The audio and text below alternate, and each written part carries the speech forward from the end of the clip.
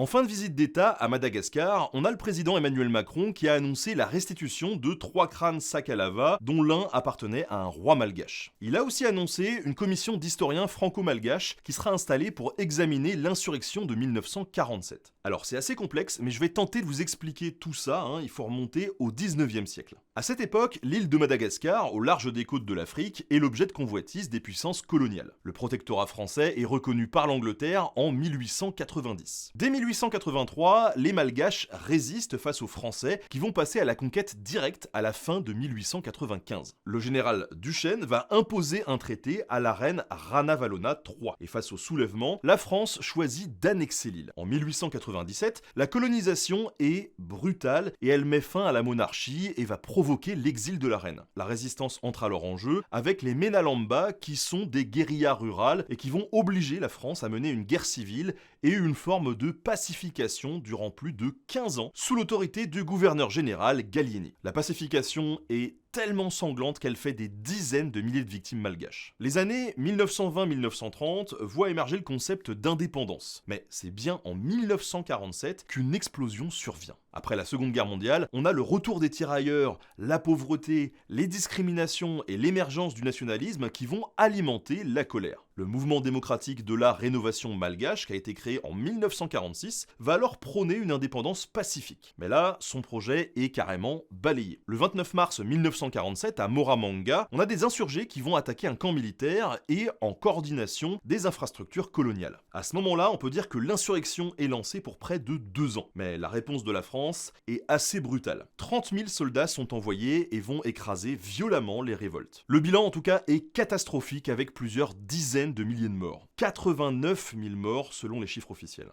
Les dirigeants du MDRM sont arrêtés malgré leur immunité, ils sont torturés, condamnés et jugés lors d'un procès irrégulier. Et tout ce petit monde sera amnistié en 1958. Madagascar va recevoir le statut de territoire d'outre-mer en 1946 et va accéder à l'indépendance en 1960. Cette insurrection, longtemps, elle a été taboue. Et aujourd'hui, elle est retenue parmi les premiers grands soulèvements de décolonisation en Afrique francophone. Et c'est qu'en 2005 que le président Jacques Chirac a reconnu le caractère inacceptable de la répression. Et depuis, chaque 29 mars est un jour de deuil national à Madagascar. En 2020, la France avait restitué la couronne de la reine Ranavalona III. Et la restitution de ce 24 avril 2025 s'inscrit dans ce chemin de reconnaissance. Et cette commission d'historiens franco-malgaches, elle représente quand même une étape essentielle pour que l'histoire coloniale ne soit plus tue, mais dite ensemble avec justesse et vérité.